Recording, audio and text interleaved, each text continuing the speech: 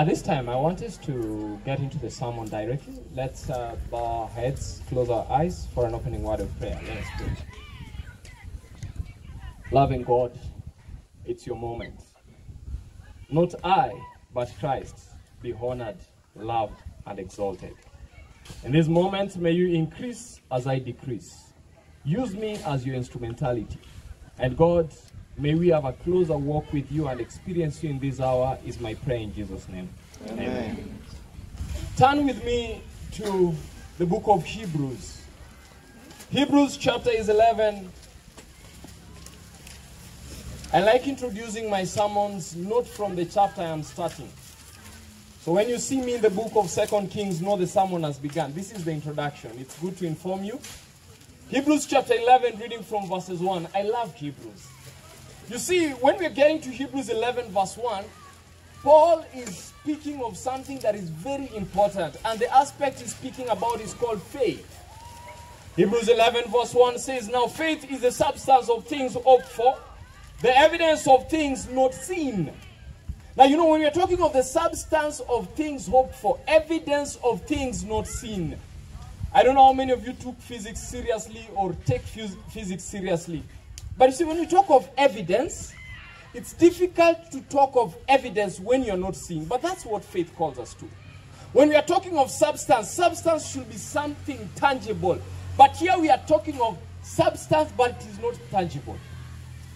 Now, beloved, we are not talking blind faith. When we talk faith, the Bible says in the book of Romans, it should be chapter 10. Read there about in 17. It says, now faith cometh by hearing, and hearing by the word of God. So, beloved, we need to study the word of God that we may develop faith. I will tell you that I was informed by Moi Girls Nairobi, where I was preaching last Sabbath. They requested me to deliver greetings to the next congregation. I hope you've received them. Yes. Now, I was telling them that, you know what? Faith that works is what God calls us for in the Bible. You see, I certainly understand, and I do believe we are not saved by works. The Bible says in Ecclesiastes chapter 12, verse 14, that we are judged by works. But we are saved. And the Bible says, the just shall live by faith. Now, the just live by faith. In other words, the salvation by which we are justified is by faith. Now, walk with me carefully. You see, because we have faith, then we get into action. We don't have action to show the faith. Let me put it this way. You see, you can say that I believe I am a child of God, and I trust in God. I pray to God and I walk with God. But let me tell you something. If you don't study your books, you're going to fail. Trust me on that. I have a biblical evidence. In fact, the Bible says that when the Holy Spirit is come, when the Comforter is come, he will bring into remembrance those things which you are told. Now let me tell you something. When you pray, and you people, at times you make it difficult. Not only Form 4s, even Form 1s. You are praying to pass exams and you are not studying for exams. What will God make you remember? You see, God can only bring to remembrance what you've studied. That's why, before you start with a prayer, please spend time also with your books. And as you spend time with your books, God then brings to remembrance. Because, you know, I like computers. You know, at times, when you have something that is stored in your computer, at times you try searching through the computer, then they say search file not found. That's what happens when you've decided not to read and you have prayed a lot. So God will really make the search be done. And God makes your head go through everything, and then it says search as not found. So please, study first. Spend time as you study. And let me tell you, those who walk with the Lord, the book of James will say that faith without works is dead. Those who spend time with the Lord, as you walk with the Lord reveals to you lots of things. And that's why God will desire that each and every one of us will spend time at the feet of Jesus. As we spend time at the feet of Jesus, God then desires that you do that which you ought to do. That's why the book of Ecclesiastes chapter 9, reading from verses 10, it says, whatever your hand finds to do, do with all your might. And that is serious. What your hand finds to do, you do with all your might. Why? Because there is no knowledge, there is no wisdom, there is nothing to be done in the grave where you're going. So beloved, when you're still alive, hard work is the name of the game. As you trust in God, you must have some hard work. But then, that wasn't my focus. That was my encouragement to you, that you work hard.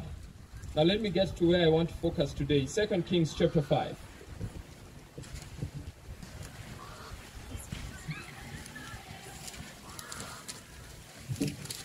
Turn with me to 2 Kings chapter 5. 2 Kings is a wonderful chapter. Wonderful. I love it. In fact,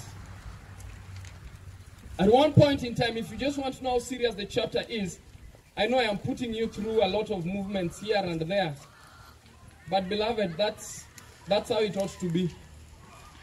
Just relax. I'll get you landed in 2 Kings chapter 5. Let me first start with Luke chapter 4. No, I'm just trying this. Let me start from Luke chapter 4 so that you understand why we are here today. In Luke chapter 4, reading from verses 16, the Bible says, and he came to Nazareth where he had been brought up. And as his custom was, this is Jesus, as the custom of Jesus was, he went into the synagogue on the Sabbath. And he stood up to read. The Bible says, there was delivered unto him the book of Isaiah the prophet.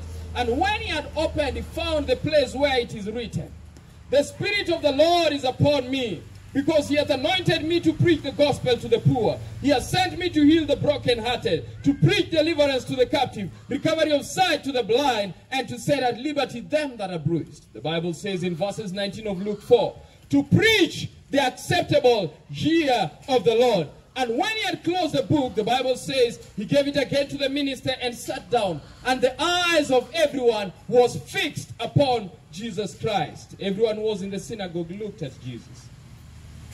The Bible says in verses 21, he began to say to them, this day the scripture is fulfilled in your ears. And all bare him witness and wondered at the gracious words which proceeded out of his mouth. And they said unto him, is not this Joseph's son? Now listen to the context. The question is being asked, is not this Joseph's son? As you continue to read the text, it says, Jesus said unto them, you shall surely say to me this proverb, physician, heal yourself. Whatsoever we have heard done in Capernaum, do also here in thy country. And he said unto them, verily, verily, I say unto you, no prophet is accepted in his own country. Verses 25, but I tell you of a truth, there were many widows in Israel in the days of Elijah the prophet, when the heavens were shut for 3 years and 6 months, and when great famine was upon the land. But unto none was Elijah sent, save unto the widow in Sarepta, a city of Sidon. Listen to the text, verses 27. There were many lepers in Israel in the time of Elisha the prophet, and none of them was cleansed, saving Naaman the Syrian. Now, beloved, when Jesus Christ speaks, pay attention. When Jesus Christ narrows down and looks at a text and looks at a story in the Bible, pay attention to that text. And so I decided, let's look at the story that Jesus talks about in Luke chapter 4, 27. That's what took me to the book of 2 Kings. The chapter of focus is 5. Now listen to 2 Kings chapter 5, reading from verses 1. The Bible says, now Naaman, the captain of the host of the king of Syria, was a great man with his master. When I preach many a times, I like taking a reflection into English. Not that I was good at English, but I just like reflecting into English.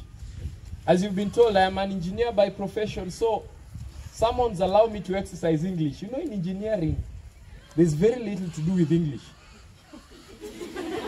But I asked myself, now, after you've studied through all the 12 years gathering English, what can I do with it? Let me spend a few moments with English in preaching. Now, look at this text, and I want you to follow with me. It says, now, Naaman, the captain of the king of Syria, was a great man. You know, let me make you understand something. You know you are great when, even as they start explaining about you, they state that you're a great person. Let me tell you something. For you to be a great person, there must be something you've done which is exceptional. Don't force us to consider you great when what you've done is barely what everyone does. Allow me to ask, can you say that you are great because you are breathing in and out? Now, everyone does that. There is no greatness in breathing in. In fact, if you stop breathing in, we are worried. When you're breathing in, that's normal. That's what everyone does. Let me tell you something. You can sit down and fail exams. Now, you are not great because you fail. Anyone can fail. Failure is a common lot of every lazy person. Anyone can fail. Let me tell you, the easiest thing to do. No. Beloved, failing is also difficult. It's difficult. As in, you came through that gate, walked in, carrying all that luggage to come and fail. Beloved, it's difficult to fail. You should have stayed at home and relaxed rather than coming here. That's an expensive failure. Imagine all those years of school fees. Ah, no. Form fours, please don't fail. But again, you know, by the time you come to Asumbi Girls, even if you do nothing, you will not fail terribly. You will fail, but not terribly. You know, there is a kind of, let me tell you, by default, any person in this school, if you have to fail, you have a successful failure. A successful failure, what's that? Oxymorons. Now, you will fail, but not so much. You will try to fail, but I'll tell you something. When you fail, nobody even cares. But let me tell you, when you perform well, that thing goes into records. It goes into records that here is an exceptional person. Here is somebody who has performed.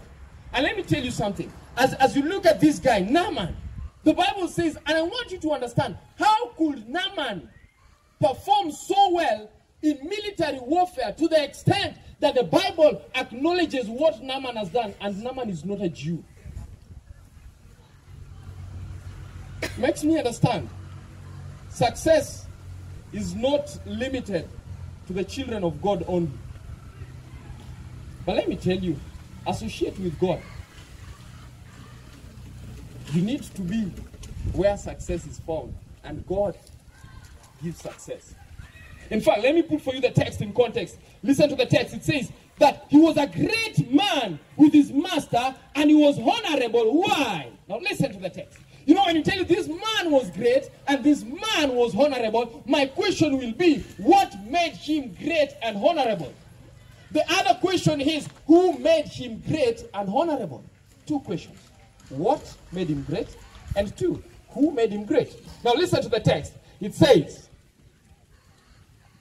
because by him the Lord had given deliverance unto Syria. Listen to that. Beloved, it is God who gives deliverance. The text says over there that because by him the Lord had given deliverance unto Syria. And beloved, because the Bible is consistent, one thing I like about the Bible has a pattern of consistency. When you trust in God, God brings success. Look at them. They were called the 3 Hebrew boys or the 4 Hebrew boys. They found themselves in captivity. In a foreign land, they find themselves in Babylon. We are in the book of Daniel. And when they find themselves over there, they are told, you are going to eat everything. The Bible says in Daniel chapter 1 verse 7, but Daniel purposed in his heart that he will not defile himself with a portion of the king's meat. Because he had purposed, they made a request. They went and humbly requested that, please allow us to eat only these things. And you know what happened? As they did that, the Bible says they were 10 times wiser. When you spend time with God, you perform well. Let me tell you, He is such a pathetic representation of God. The person who spends time with God and fails. Let me tell you, by virtue of the fact that you're listening to this message, please pass your exams. Just pass. That is the bare minimum for passing, is you are listening to the message. Because people will judge the gospel by the product of the gospel. You see here, the Bible has said that by him, what made him great was the fact that God used him to bring success to Syria. And the Bible says all these things. And when you look at that, the Bible continues to say in 2 Kings 5:1, he was also a mighty man in valor. He was a brave man. Beloved, I like when the Bible lists good characteristics in every person. In any individual, when the Bible chronicles your best actions, it is nice, isn't it? Don't you feel it's nice when the principal says that you people are disciplined? It's nice. In fact, I'm glad she's here when I'm preaching, so that I remind you that you're not supposed to be disciplined. You don't say, oh, our faith allows us. What? Which faith is that? That's unbelief. Our faith teaches us obedience to authority. And let me tell you, when you look at this text, it says that he was a mighty man in valor. He was a great man. And then here is what we call a conjunction of contrast. But. You know, anytime I read a text and the word but is brought into the text, do you know what but does? Do you know what but does? I wish you knew. You know, but is the kind of words that you wish all your bad attributes were put before the word but. Because but negates everything that came before it, isn't it? That's why we can say, she's such a beautiful girl. She's such a wonderful athlete, but she failed in exams. But the moment we say like that, we forget that you are beautiful or an athlete. We forget. She's such an intelligent girl. She's such a good girl. She's such, but unclean. No. The moment we put the word but, and let me tell you, for a child of God, when we are going to put the word but, it should be but she doesn't do these things which are wrong. Now that's sensible. But here for Naaman, the Bible says that he had all these qualities, but he was a leper. Beloved, for the constraint of time, don't allow me to expound on what leprosy is. Because I know none of you is in a medical school, but some of you may say they are aspiring. So for the sake of those who are aspiring, let me just remind you, and for those who will be preachers one day, let me tell you something about leprosy. This is found, by the way, if you go to the book of Leviticus, it's well chronicled how leprous people were handled. But let me tell you, let me just give you a snippet into it, so that you understand what happened in the ancient times. Among the children of Israel, when somebody became a leper, as in when you just had leprosy, or you suspected that you had leprosy, you had to go and run to the priest. It was only the priest who would declare you clean or unclean. So the priest looks at you. When the priest, how many of you have ever had an experience with pimples? You are in the age where these things disturb you. Now let me tell you something. You see, pimples are just not funny when they start appearing and all those things. But let me tell you, pimples are not leprosy. You know, I'm one of those people, I don't just like anything on my skin. So when something starts sprouting on my skin, I start disturbing it.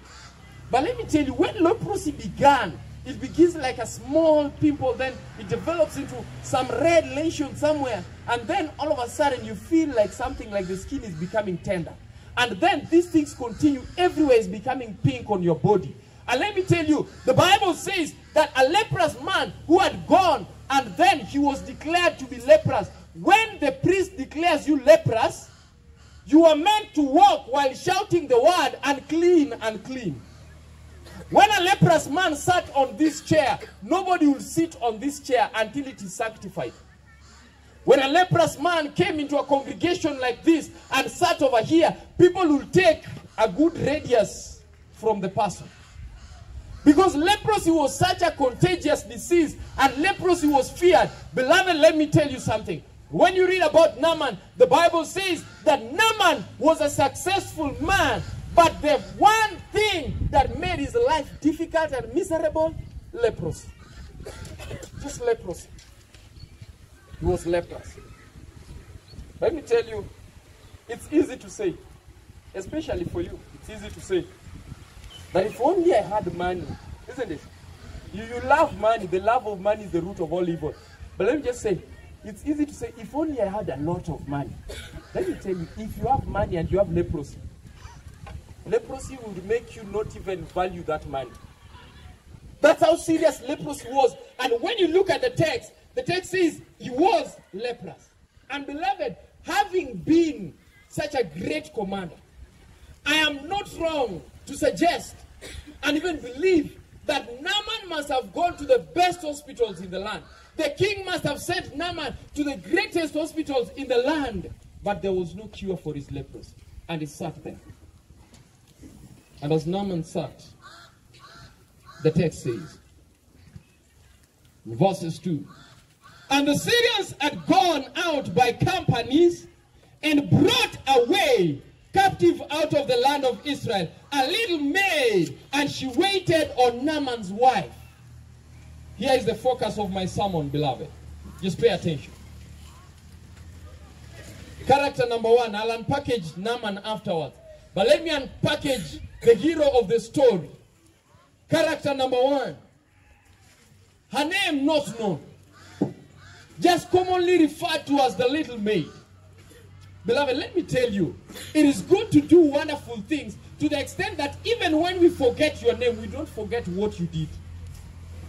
She's referred to as the little maid. When I get to heaven, but beloved, you also want to go to heaven, isn't it? You know the song that we sing, when we all get to heaven, isn't it? Yes. But I think some of us are not serious about going to heaven. But when I get to heaven, I want to look for this lady. Where did she go?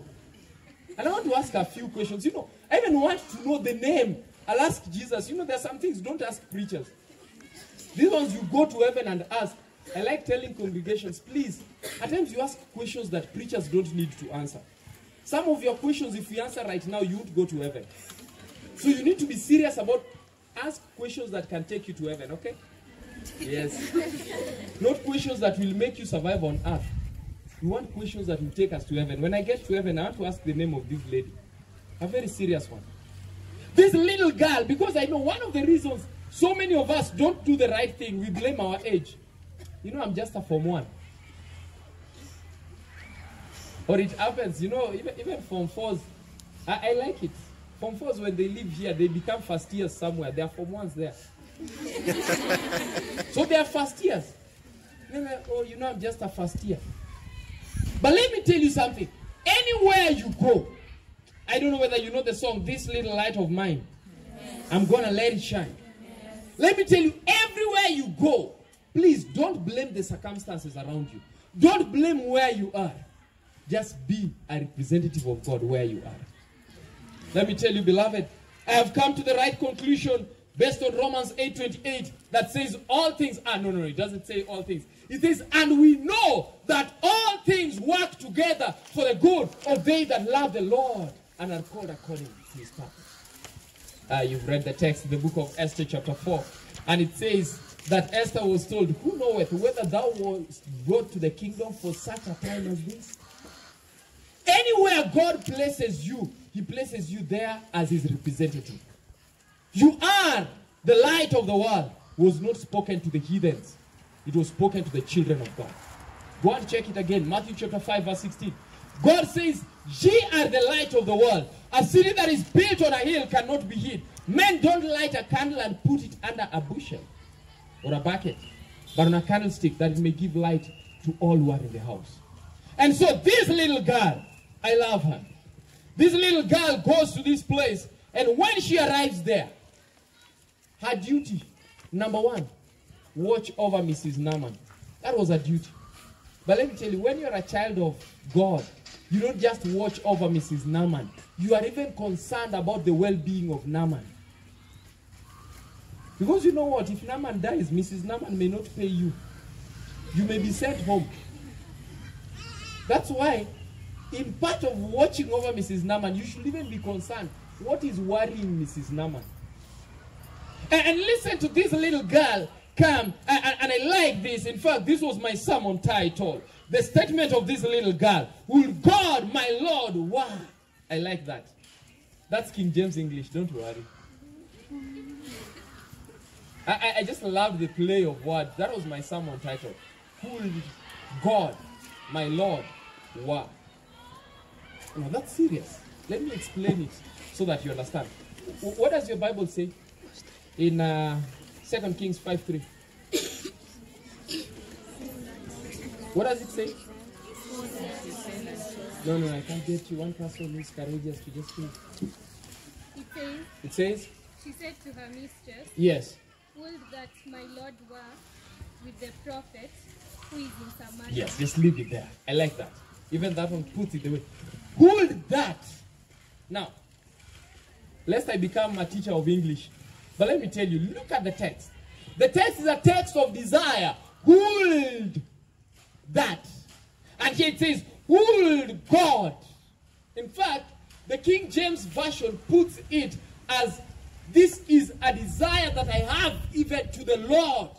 I wish God that my Lord, who is Naaman, was with the prophet in Samaria. Now, when you read that text, it looks fairly simple. But it says, would God, my Lord, were with the prophet that is in Samaria, for he will recover him of his leprosy. Now, that is serious. It takes time. It takes time. But here is this little maid walking in the corridors and serving daily. Beloved, everywhere you are placed to serve, please, let people experience God there. You didn't say amen because you don't want to do it. Let me tell you something. Everywhere, wherever God places you, he does that for a reason and for a season. I'll tell you something. By the time you leave this school, leave a mark. Some of you behave like those boys. I didn't do it in high school. I think even by the time I was in high school, I decided to be mature. But some of you behave like some of those boys I saw. The best they could do was to go and write on the latrine walls, I was here. That is the best that can be remembered of you. I was here. Writing everywhere. The school has to paint every wall because Form 4s are writing, I was here. Well, don't worry. I learned it that you don't even have to write it anywhere. Just behave. It will be written. You go back to my former school, you will find my name on some notice board somewhere. I didn't have to write it. Which school? Let's not go into schools. My school was not dressing in blue. Which school? We'll come to the school. Now, let me tell you. What I mean, I was at Alliance. Let me share with you. What I mean is this. Behave in such a way that by the time you leave, we can remember you with something. You don't have to leave it written everywhere so that we remember you. Now that's why when you look at this girl, in fact, my point is on this little girl. That this little girl, when everything is said and done, everyone still remembers there was a little girl in Naaman's house. Not everything was written. But if I was to ask Mrs. Naaman will say, this is the best thing that ever happened in this home. If I was to ask Naaman would declare that of all the captives we have ever caught, this is the best slave. You know the way slaves hate their master? When you're a slave, you look at your boss and, no, people have never been slaves. I don't know about you and prefects here. When I was in school, people used not to like prefects. I was a prefect. So for me, I loved them. But people used not to like prefects so much. But you see what happens is, even if you don't like prefects, but if you can get to a point whereby when the prefect has leprosy, you want the prefect to be healed. Now that is serious. This girl looked at the boss who had gone and captured her from another land, leaving her father and her mother, and she wants salvation for this person. Look at that. Now that is serious. And when you read the text clearly, listen to what it says in verses 4. And one went in and told his Lord. That tells me something. The slave girl did not even talk to Naaman. The slave girl shared the story with somebody, who shared with somebody else, who is the one who went and shared with Naaman. You are all ladies. So let me tell you something. Ladies like gossiping. As you grow, the characteristic of gossiping just develops in ladies. But please, choose even what to gossip about. Gossip about Jesus with people. Hey, do you know? So just call someone, just tell them, do you know? Aki, today, we were taught about this little girl. You can't believe it. Please.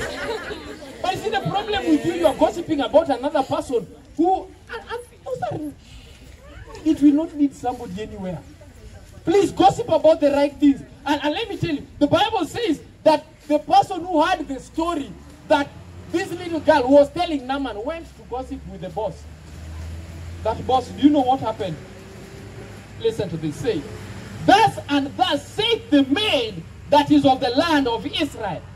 And let me tell you, you've never been this sick.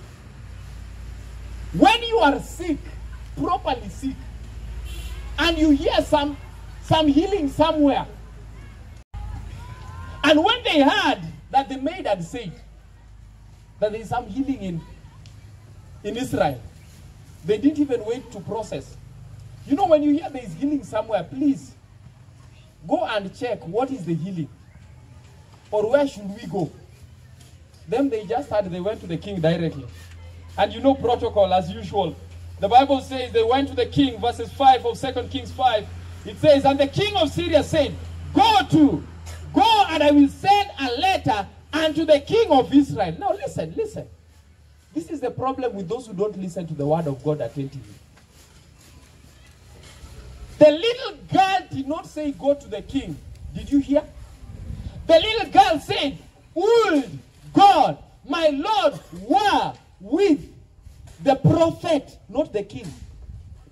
The problem with most people, no, not the problem with most people. Let me be a bit relevant to those of you who study. You know, the problem with students is, you know, the way teachers, no, I think the problem is with the teachers, isn't it? Because the teachers have a tendency of setting what you did not read. You know it, isn't it? They just wait, you've read up to page 5, then they said page 7. That's the problem with teachers. But let me tell you something. Spend time with God. When you spend time with God, God will help you to read relevant things. You spend a lot of time there. In fact, in some cases, the pages you skip are the ones that are tested. As you know, the things are so many. Let me skip that chapter. Then tomorrow they said respiration in animals. You read in plants. So spend time with God. God will tell you what to read, okay? Because at times you also make it difficult for us. Now you want to bulldoze God. At God, you know, I've only read respiration in animals. Please set only that one. What about those of us who read about bones? Please. No. Let God be God. So we spend time with God. And let me tell you, if all of us spend time with God, God will tell us to read what is relevant. So that we don't have to be guiding God. That God, now you see, I am your child. I have only read these 2 topics. Now, will God be fair to those of us who read 10 topics? No. That's why God must be fair. God must be just even when he is merciful. That's why the statement is given. Go to page 5. And you're busy reading page 1. Well, page 1 is near 5, but it is not 5. There's a difference. And that's why the instruction was explicit, clear, and it said, go to the prophet in Samaria. The king writes a letter to the other king. This is interesting. Listen to this. And he sent a letter to the king of Israel. And he departed, Naaman departed, and took with him 10 talents of silver, 6,000 pieces of gold, and 10 changes of raiment. Wow. This is serious. Now, pay attention. The Bible says in verse 7, and it came to pass when the king of Israel read the letter that he rent his clothes. That is what happens when you go to the wrong person. The best they can do is tear their clothes. The king of Syria, the king of Israel tears his clothes. And you don't know why he tore his clothes. Listen to the text. He tore his clothes and said, am I God to kill and to make alive, that this man has sent for me to recover a man of his leprosy? Now look, just consider, I pray you. See how this man is seeking a quarrel against me. Look at the text. You know, it's sad when the king doesn't know God. It's sad. The king is busy tearing clothes and crying, am I God? But this king should know that there is a God in Israel. But this king crying, am I God? And look, that other king is looking for a mischievous excuse to start fighting with me, so that he can send somebody. I fail to heal the person, then he will come and beat me. Now that is sad. So the king is terrified. But let me tell you, there are certain ways in which when kings behave, everyone knows. I think it must have been beamed in the news. Oh, allow me to walk into my sanctified imagination. And I see people in Israel. And then every news reporter states that you know what has happened? There has arrived the commander-in-chief of the armed forces of Syria. He has arrived in Israel, and the king of Israel has torn his clothes. News headlines, breaking news. And so when this happens, the Bible says that this goes everywhere. And you know, there is a prophet somewhere, tucked in somewhere. And the message reaches the prophet. Then listen to all the beloved, you should understand it. When you're a child of God, you are relaxed, okay? You see, this sort of panic that at times people have, it happens with those who don't know God. When you've experienced God, you've spent time with God, you learn to relax when things are tough. A child of God does not panic and sweat profusely because of small things. A child of God relaxes because they know God is in control. For a long time, that was my slogan, relax, God is in control. Why should you be worried? Why should all these things disturb you when you know that God has taken charge? And listen to the text. The Bible says, and it was so when Elisha, the man of God, heard that the king had rent his clothes, that he sent a message to the king saying, why have you torn your clothes? Let him now come to me, and he shall know that there is a prophet in Israel. I like that. That you know what, they went to the wrong person. Don't tear your clothes. Direct them to the right person. Let him come here. He will know that there is a prophet in Israel. And beloved, this was interesting. When I preach, I walk into my sanctified imagination. I like putting myself in the exact context, and I like feeling like I am where they were on that day. But beloved, just allow me to walk into that and see myself with a caravan. There's a whole set of people moving all the way from the king's palace, and they're looking for the prophet's place. So they walk, and they're leaving that place. They leave the broad highway, and then as they are walking down that way, they come to a narrow path. Then I think Naaman must be saying, are you sure we are still not lost? Then he's told, no. The prophet has said, go where he is. And they walk, and then the road narrows. You know, they don't like tamaking the road that goes to the prophet's place. When you go where the prophet is, it's a very thin road that has a lot of dust and thorns. And they walk through that thin road. And as they go through it, they get to a place. And they see some old house somewhere there. And Naaman is, are you sure? You know, I don't like people playing with me. Don't tell me that we came all the way to go into that small house. But he's told, that prophet has said that you go there. But anyway, a sick man is a desperate man. So he walks and he gets to that place. And listen to what happens. So Naaman, verses 9. Naaman came with his horses and his chariot and stood at the door of the house of Elisha. Now, this is interesting. This is interesting. Because when Naaman comes, Naaman gets to the door. When Naaman gets to the door, the Bible says, and this is the part I like, Elisha sent a messenger. Now, that's interesting.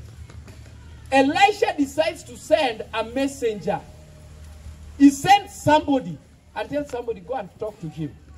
Beloved, do you know what that means? As in, you've been told to go see the doctor. You've been told your illness, there is a doctor, a renowned doctor, somewhere there. Then you know what happened? Instead of going to the doctor and seeing the doctor sends the office messenger that go meet him and give him instruction. What will you say about the doctor? That doctor is not serious, isn't it? Because you are a doctor. How do you know that he's not serious? You know, the problem with us is we have our preconceived ways of our salvation. So you've concluded the doctor is not serious. But the messenger comes. And listen to what the messenger says. Elijah sent a messenger saying, go and wash in the Jordan 7 times, and your flesh shall come again unto thee, and you shall be clean. Now, allow me to unpackage that text. It looks simple. Go wash. But analyze the text, go wash. Assume you came to me, and the first thing before I even spoke to you, told you go wash. What would you do? Assume I came to this school, and the first thing I told you, all the ladies in the SDA group, go and shower. As in, what would you say about me? The first thing, go wash. As in, it's easy to talk about it in a sermon, but let me tell you, I think Naaman must have stood and thought, wait, do you mean to say my problem is an hygiene problem? Not hygiene. As in, I have not been showering daily. Do you mean to tell me that? And furthermore, now you've told me, go wash in the Jordan. No, wait, you didn't see the text. Go wash how many times? 7. 7 times. As in, you've been washing yourself, but just do once. Go wash 7 times in the Jordan, and you will be clean. And let me tell you, this is the messenger. Not even the man of God himself. He must have been enraged. Not that he must have been. The text says, and listen to this, in 2 Kings chapter 5, verse 11, Naaman was wroth and went away and said, he became mad, angry. Hey, beloved, let me tell you something. Having preached for quite some time now, I've seen responses to sermons, and people get mad when you preach. It's common, it's common. In fact, even you, if some of you start, you will add to the statistics. But people get mad when you just preach the word. When you just tell them the truth, they get mad. Yeah, in school you dress nicely. Wait until you go home. What happens, by the way? Do you need uniform at home? I'm shocked. I see the way some of you will go out of school, and then you are dressing like little Jezebels. Just look. But here in school, you look so nice. In fact, some of us preachers normally pray, God, please, can they stay in school longer? They just dress well. But anyway, I don't want to annoy you. Let me go back to Naaman so that you stay happy. Naaman was angry. Naaman was angry. And listen to Naaman when he's angry.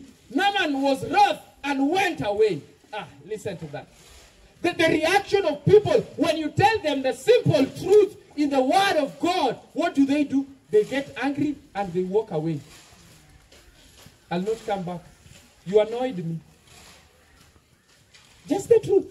And listen to the text. It says, Naaman was angry and he walked away. And listen to how he walked away. You know, I like Naaman. I like Naaman for one thing. Naaman is the kind of people, you know, those who walk away and they talk. There are some of you, they just get angry and they walk away. But Naaman walks away while he's talking. Hey, please don't be like Naaman. Pick the good things from Naaman. Naaman was quoted in the Bible. So your mother talks to you, you walk away, and you're speaking to yourself. Hey, please don't do that, okay? I know you are good ones. You are good ones. You don't even know what I'm talking about, isn't it? This is strange. You're wondering what is this? Naaman walked away angry. And please, listen to how he walked away angry. He walked away and he was talking. And this is now Naaman. You remember Naaman is now with his team that he was with. Naaman walks away angry and he says, behold, I thought. What did Naaman say? No. You're on with me. Please respond. Behold, I did what? I thought. I thought. Beloved, the worst problem that most people do is at times, I thought.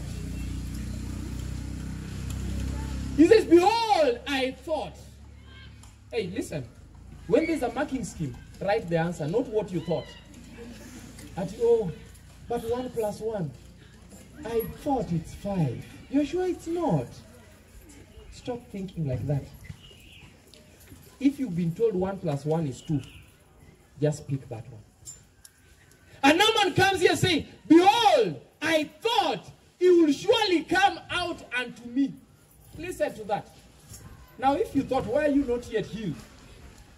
Because you are behaving with this your thoughts.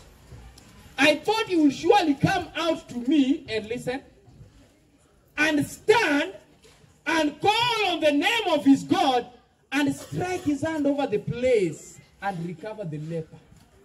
Listen, people have their own mechanism of salvation. That me, I've just sat here. I just thought you would come and just say, hey, leprosy, go. And leprosy will run. That's what he thought.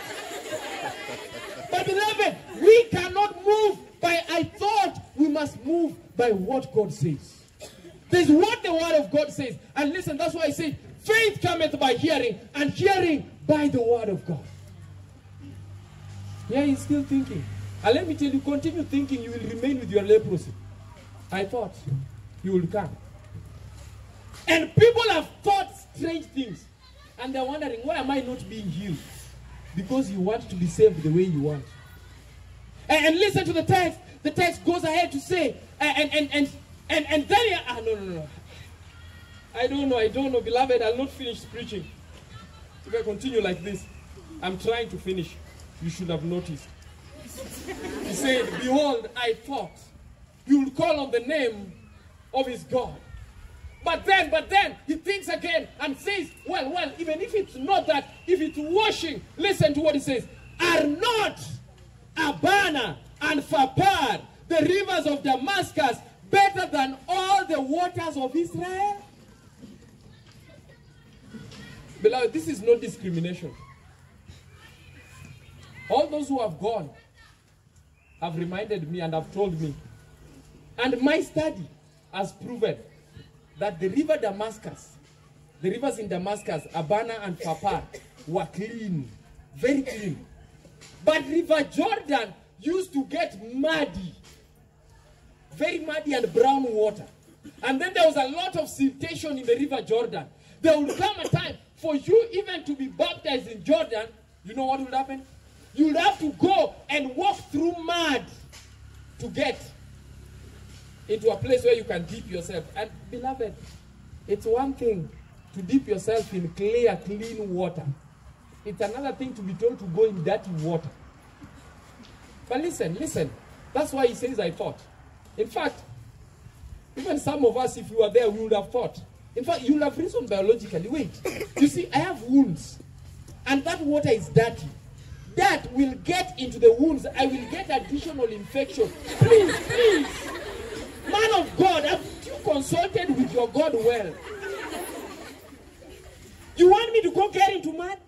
That's why he says, are not Abana and Pharpar, the rivers of Damascus, better than all the waters of Israel? May I not wash in them and be clean?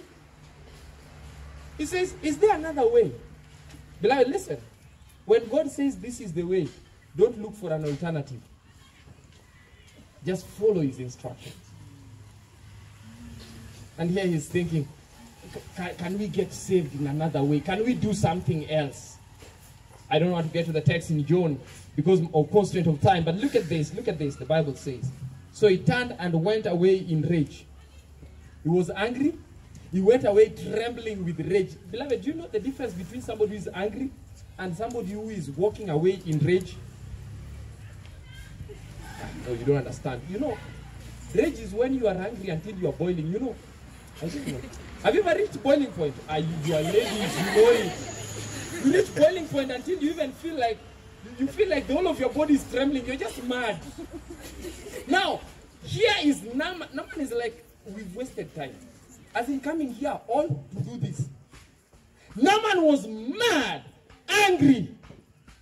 But beloved, allow me to look at another set of persons. That is Naaman, he's annoyed. But there's another set of heroes. I don't know why the heroes in this story, their names are not given to me. There are some heroes who are sensible. The first one was that little girl who suggested the prophet. But now I see another set of people. Turn with me to the Bible. In 2 Kings chapter 5 verse 13. The Bible says, and his servants came near. The servants came. And now listen to the servants. Now these are the servants. The first one was Naaman. But now we have the servants coming. And when the servants come, the servants of Naaman, you know, servants have to be careful. Whatever you say from now onwards may be used against you. So servants have to be careful how they approach their boss. Here I go again in my sanctified imagination and I see 3 of the servants consulting and saying, no, who can talk to the boss? That's why I say, you know, you the boss normally listens. No, but you know what we are going to do? You see the way the boss is annoyed. But the other one is, but why don't we just try? What about? And they say, let's try. And beloved, it's one thing to try. Let me ask you, if you try and fail, so what? At least you tried, isn't it? Now, if you fail without trying, what will we say? Then you start telling us, I wish I tried. You know, if I had only been a bit more serious. No, please, not if I only. And listen to it. It says this as you read that text. His servants came near and spoke to him and said, my father. Listen to that. You know, as servants, you need also to have the right language to approach. Don't just go and say, sick man, listen. Somebody has talked to you and you're joking. You're going to die. You don't talk that way to your boss. That's why they come and they say, my father. And listen to this. And I like it. Please surround yourself with people who can listen to the man of God.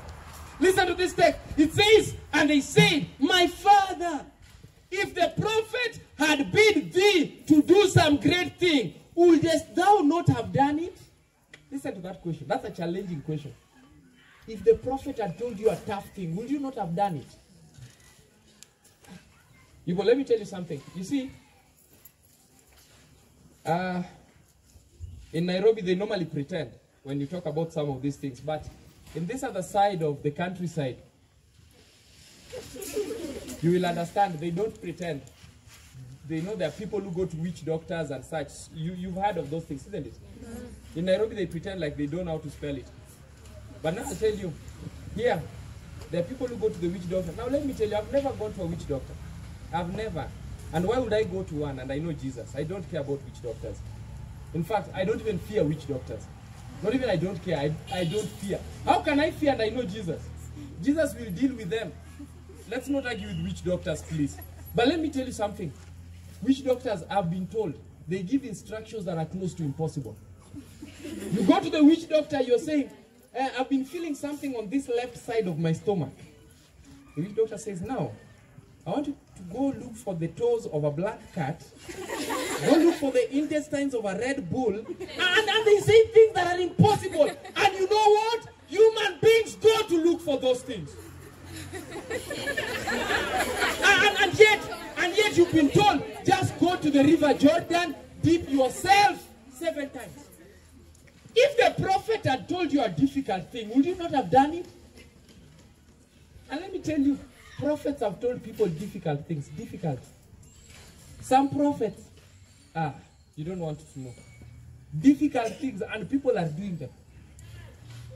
A prophet just comes and convinces you that God wants everything that you earn to be given to the God who you serve. And somebody says, this month I am not having salary, I've given everything to God. Did they read 10%? Did they read? You're wondering where the prophets been reading from. But if people are told difficult things, let me tell you, if you tell somebody, give 10% to the Lord, they start saying, and this one is common even with students, I know the way you argue, at 10%, see, my father is tithing. Please, when you're given pocket money, 10% of pocket money belongs to God, okay? Yes. Say amen. Amen. I know why you are quiet and you're pretending. You want to use the whole money at your home. My father tithed at source before giving me.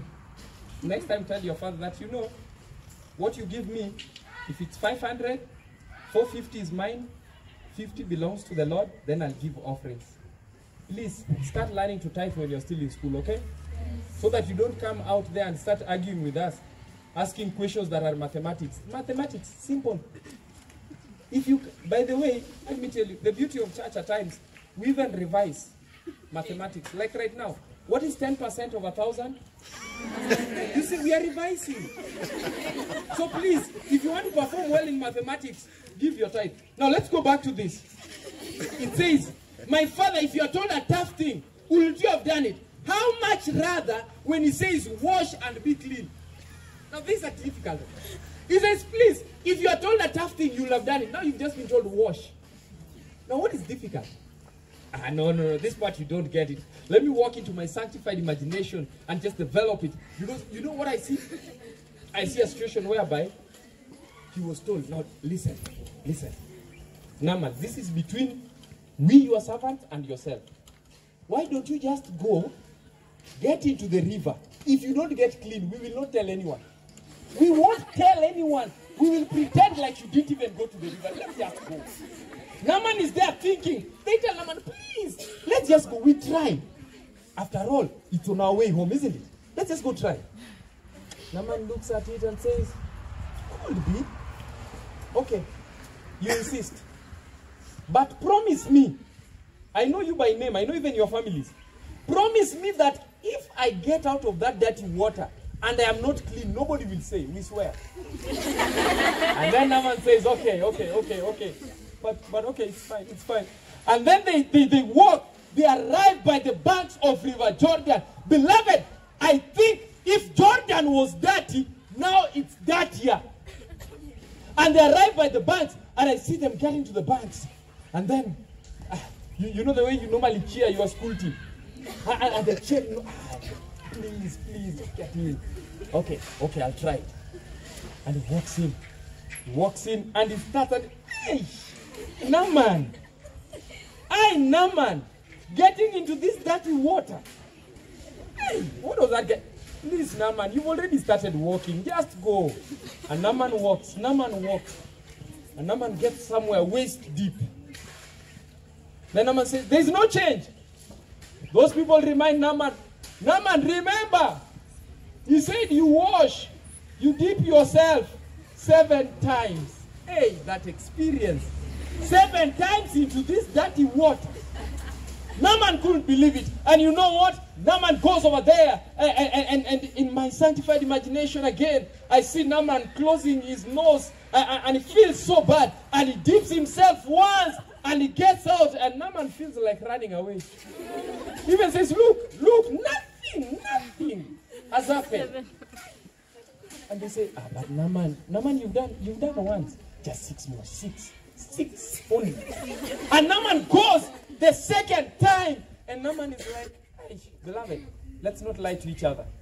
We are identifying ourselves here for no proper reason. Here we are not coming here to joke.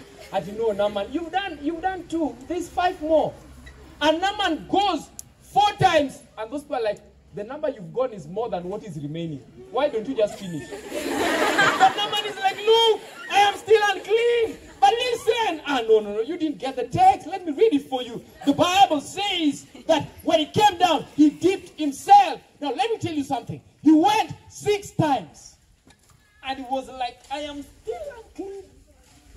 But beloved, listen to now this punchline. When God gives instruction, he does not amend it. Near obedience is disobedience. Almost saved is entirely lost. You can't say, I was about to trust in God. I just stopped. You know, I didn't stop so far. God said I reached here. I just stopped here. I was almost. Listen, the moment you do not obey God explicitly, it means you forgot God. And when you look at the text, beloved, I want you to look at it. It says, Naaman dipped himself 7 times. Ah, beloved, I like this. You should have been there.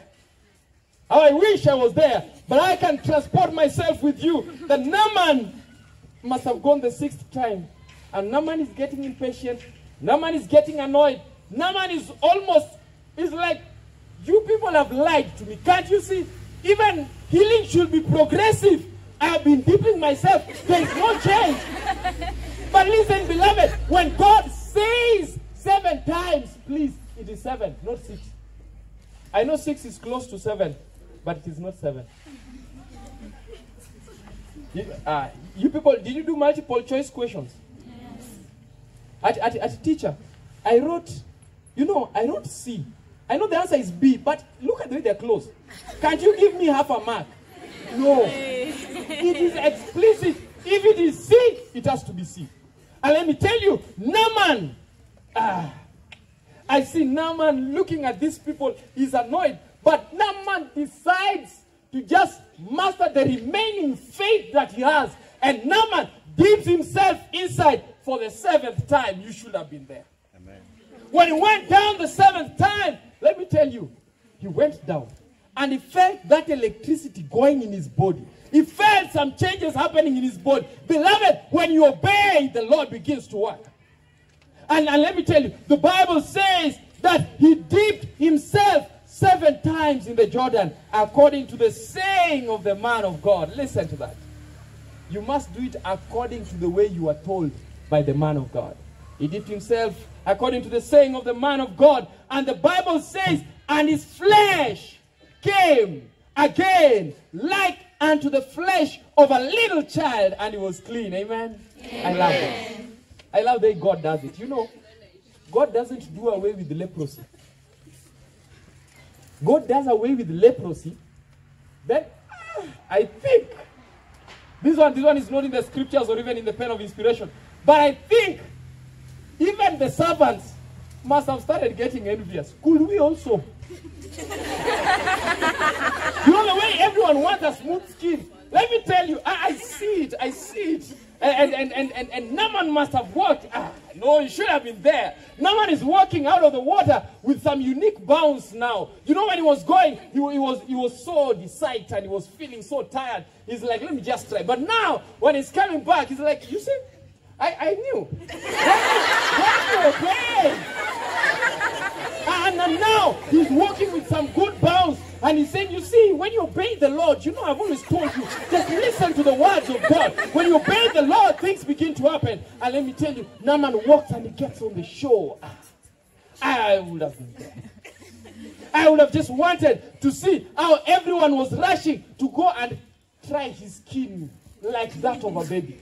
Beloved, when the Bible says, it's not Chief who has said in his description, the Bible has said that his skin became like that of a baby. Smooth. I have a young daughter. I love her. My daughter is about 17 months. I love that girl. She's a nice, good girl. But you know what? Her skin is wonderful. You touch her skin, you feel like playing with it all the time. Now, Naaman came, and this someone makes more sense now that I have a daughter. Previously, I just used to preach that I don't know how the skin of children are. But let me tell you, the skin of a child, wonderful. And Naaman gets out. And beloved, let me tell you something. I saw you provoke me. Which group was that was saying about the Sabbath? You decided to provoke me. I will remind you something. The Lord gives his promises. And the Lord reminds people to worship him. There's something about the Sabbath. You were singing about it, but let me tell you something. Naaman dips himself once, makes no change. there's a blessing that comes with complete obedience to the word of God. And that's why, and let me tell you something, beloved, do you think there were people who were going to the Jordan to shower? Enough.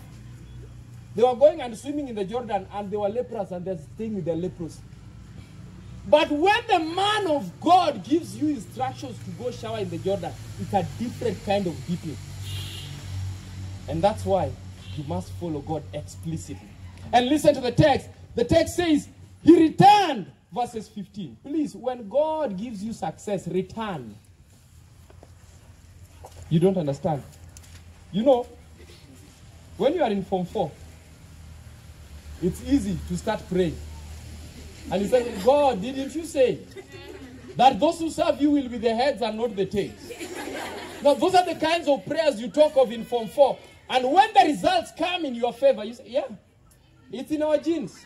Even my father passed, my mother passed. This thing is with us. Please, when the Lord has healed you, when the Lord has granted you success, you must learn to return to the Lord. And there is something in thanksgiving, going back to God to tell God thank you. Beloved, we are not just in the business of picking things from God. When God blesses you, you need to thank God. And that's why I'll tell you one thing. The Bible says, in the book of 1 Thessalonians chapter 5, verses 18, in everything, give thanks to the Lord, for it is the will of God in Christ Jesus concerning you. Everything. Give thanks to the Lord. When you read in the book of Philippians chapter 4, verses 6, as you go to verses 8, let me preach at, not verses 8, let me start from 6. 6 says that be anxious about nothing. Don't be worried about anything. But in every application with thanksgiving, make your request known unto the Lord. God is saying, don't be worried. Just come unto me. You've read the text in Matthew chapter 11, verse 28. He says, come unto me, all ye that labor and are heavy laden, and I will give you rest. God is in the business of just making it good for you. But you must follow his instructions. The problem is you will not come unto the Lord. How I wish we came to the Lord. Let me put this text to a hold. The Bible says he returned to the man of the Lord, of God. Verse 15. And all his company came and stood before him. And he said, behold, now I know there is no God in all the earth but in Israel. Now therefore, I pray thee, take a blessing of thy servant. Listen to that. The testimony of a heathen. When the Lord brings that success, the heathen is the one who now gives the testimony. And he says, now I know there is no God in all the earth but in Israel. In fact, he goes ahead to say, take a blessing. But the man of God said, as the Lord liveth, before whom I stand, I will receive no gift. And he urged him to take it, but he refused. You know why? The man of God did not want Naaman to worship him. He wanted Naaman to worship God. The man of God did not want the success to be attributed to him, but to God. That's why he did not take those things. Had he taken it, it would have looked that he's selling. And I've noticed something. Did you see? When he came back, the man of God is the one now speaking. They don't send a messenger. Now the man of God comes back. Now that's a test of faith. Faith is, can you walk before you are shown clearly where you're going? Walking by sight is not faith. Walking by faith means we trust that what God has promised, God will do. And let me tell you, the Lord promised. And I like this. The girl had said it. And God made it to happen just like the girl. The testimony of the young girl came to pass. Would God, my Lord, were with the prophet. And beloved, as we put this to a rest, let me put the sad part of this story. It says in verses 17, Naaman said, okay, if you will not take the gift, I pray thee, give your servant 2 mules burden of earth. For thy servant will henceforth offer neither burnt offering nor sacrifice unto other gods, but unto the Lord. You didn't get that. Let me explain it quickly. Naaman says, listen, just give me soil from Israel. I want to go make a small Israel in Syria. I want to go put this soil somewhere in Syria so that anytime I'm going to pray, I will kneel down on this soil, pray to the God of Israel. Now that's faith. Nobody has even preached to him. But he's the one who has said that. And listen to what he says. In this thing, the Lord pardoned thy servant. Listen to that. That when my master goes to the house of Rimmon to worship there, and he leans on my hand, and I bow myself in the house of Rimmon. When I bow myself in the house of Rimmon, the Lord pardoned thy servant in this thing. Let me explain. He says, you know what? My God, my Lord on that side, the king, he is still worshiping the idols of Syria. So when I'll be going to worship, because it is my duty to walk with him where he goes to worship. When you see me walking with him, when I am bowing down, because the king is bowing down, I am not bowing down to worship the God of the king. I am worshiping the God of Israel. And beloved, this is wonderful. The Bible says in verse 19, it says, go in peace. So he departed a little way. But Gehazi, the last character. Beloved, when God has behaved well, when God has given us success, there are some people who will come and blight it with bad behavior. But Gehazi, again, that conjunction of contrast. But Gehazi, the servant of Elisha, the man of God, said, behold, my master has spared Naaman the Syrian in not receiving what he brought. But as the Lord liveth, I will run after him and take something. Now you see, Naaman has gone. Then the Bible says Gehazi followed Naaman. Naaman sees Gehazi running. Naaman is like, what is happening? Then he asks, he comes down. The Bible says he saw him running, he alighted from the chariot and said, is all well? And he says, all is well. My master. That's a lie. Beloved, those who are going to heaven, if you are lying, you're not going to heaven. You want the text? It's only liars who will tell me, give me the text. But if you want the text, I can give you in Revelation. Liars are not going to heaven. And Gehazi comes and lies. And beloved, let me tell you something. God is on another level. You can lie and think you're the only one who is lying. But God is watching you. It says that my master has sent me. Behold, even now, there be come to me from Mount Ephraim 2 young men of the sons of the prophets. Give me, I pray thee, a talent of silver and 2 changes of raiment. Naaman said, be content. Take 2 talents. And he hired him and bound 2 talents of silver in bags and 2 changes of raiment and laid upon 2 of his servants, and they bare them before him. When he came to the tower, he took them from their hand and bestowed them in his house and let the men go, and they departed. Now that looks to be intelligent, isn't it? It looks like he's a businessman. He's making a profit out of where his master could not see a business idea. That's how nowadays people argue. I love your school. Did you see the motto of your school? Yes. What is it? Integrity. Let me tell you, there is no girl who is going to leave this school who will be corrupt. Or get rid of that motto. You are not leaving your motto if you are going to. Those who go through Asumi girls cannot cheat in exams. That's not integrity. Those who go through this school do not steal. That's not integrity. Integrity means you are true to principle. You've not heard it. Let me read for you from the book, Education, page 57, paragraph 3. The messenger to the remnant says these words. The greatest want of the world is the want of men. Men who will not be bought or sold. Men who in their inmost souls are true and honest. Men who are true to duty as the needle is to the pole. Men who will not fear to call sin by its right name. And the word man used over there is not specific, it's generic. All of you are encompassed in that. The world needs some people who can stand for truth. The world needs some people who can stand for right doing. Right now everything is being done. Young people, your age mates are getting pregnant out of wedlock.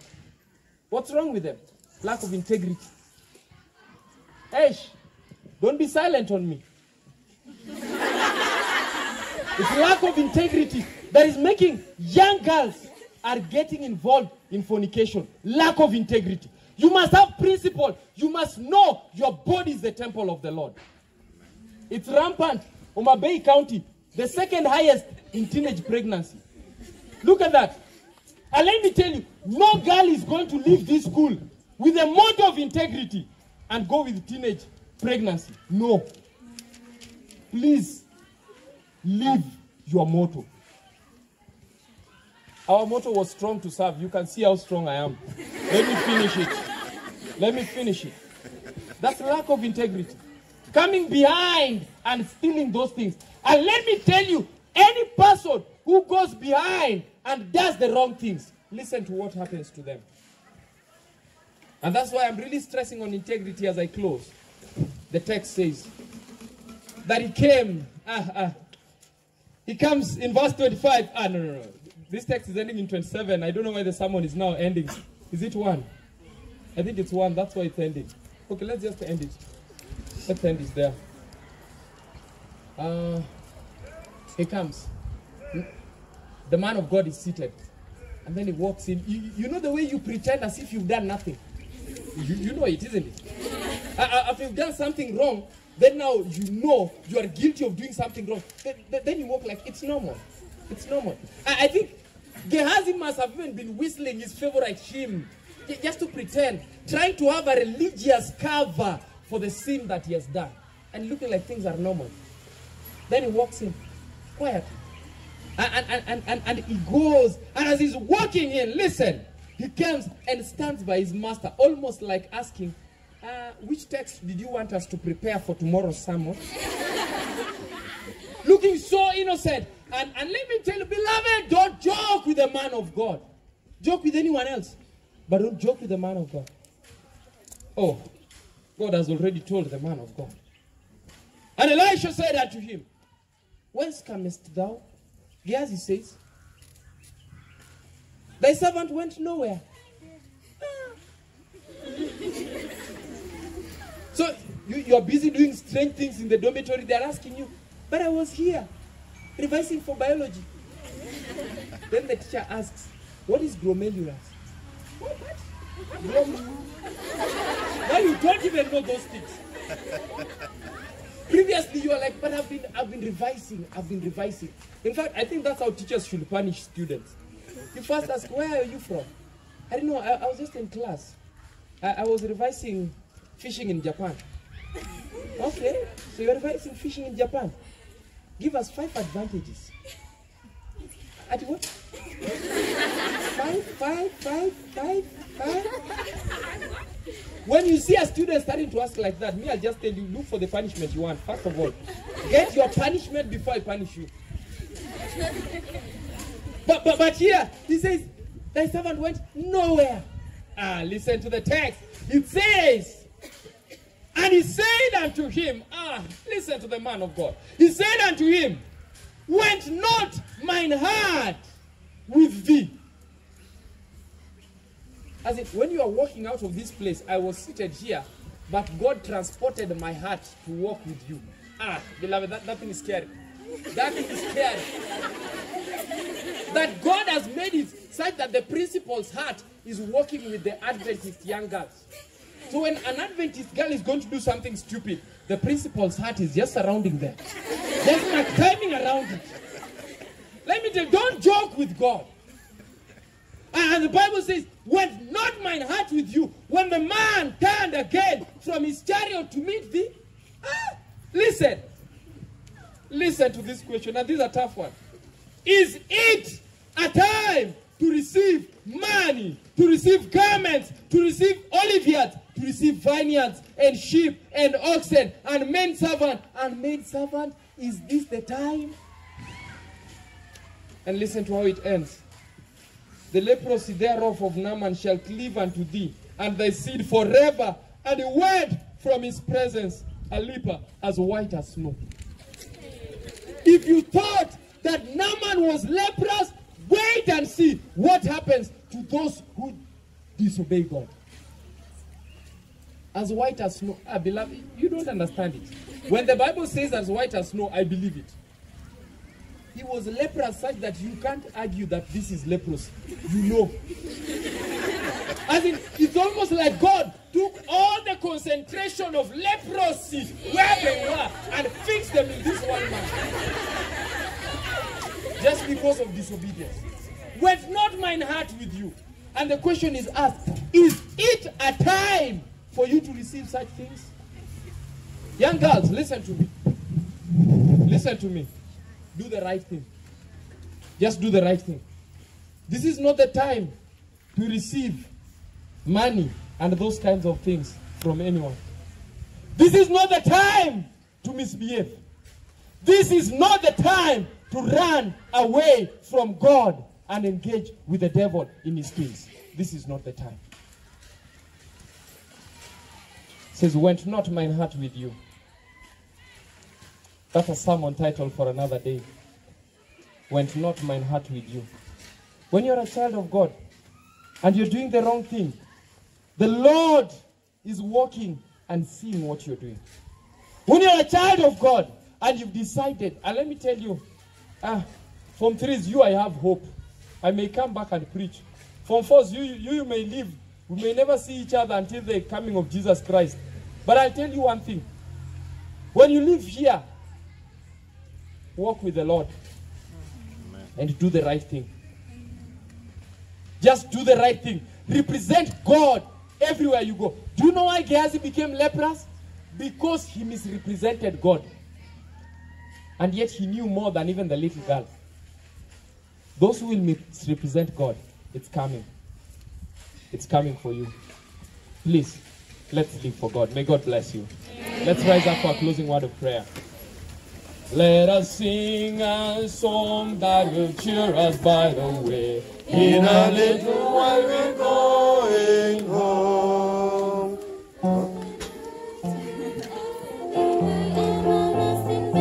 In a little while we're going home. In a little while. In a little while. In a little while. We shall cross the billows storm. We shall meet at last when the stormy winds are past. In a little while we're going home. Let me make a statement. Allow me to make this request. The Lord will want us to do that which is right, irrespective of where we find ourselves. And I pray that that may be the desire of our hearts.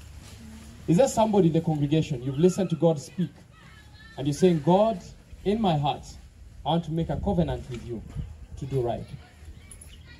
If there's such a person, come, I want to pray with you.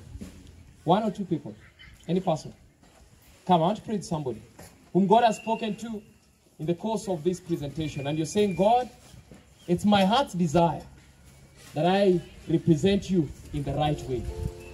I may have done things in ways which are not right, but listening to you speak to me through this story, I want to obey you explicitly. Come, I want to pray with someone. Somebody in your heart, you're feeling like, God, I want to just give my life to you. Come, I want to pray with someone. Beloved, this is not a general appeal. This is a specific appeal. Don't come if you don't know why you're coming. I'll pray for everyone. But somebody in your heart, you're feeling like, God, I need to make a very drastic decision today. To trust in you and walk with you. I'll pray with someone.